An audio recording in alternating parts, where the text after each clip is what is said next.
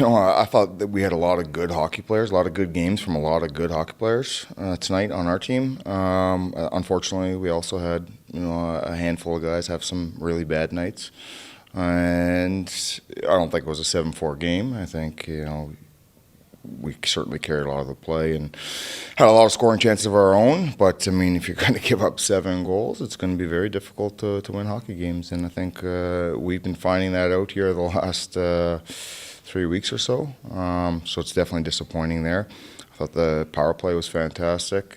I thought, obviously, Spike had a really good game, Mike Lee.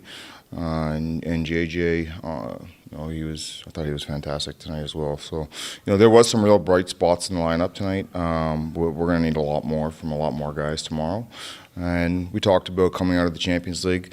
I think sometimes people think it's going to be easier. It's certainly not going to be easier. You may have the puck a little more, but it ain't going to be easier. And you could see that Dundee was competing hard, especially when they had the lead. Blocking a lot of shots and just chipping pucks out and doing the simple things. And then they built on their lead through being simple.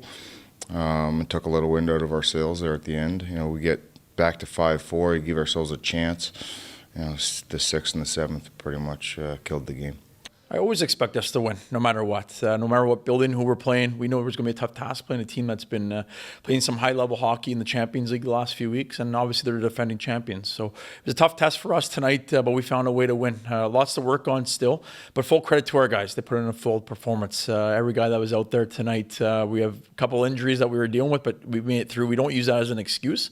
Whoever we have on the ice, it's next man up mentality for us, and everybody bought in tonight. So to start the cup off in that fashion, a tough building against the defending champions, couldn't be happier.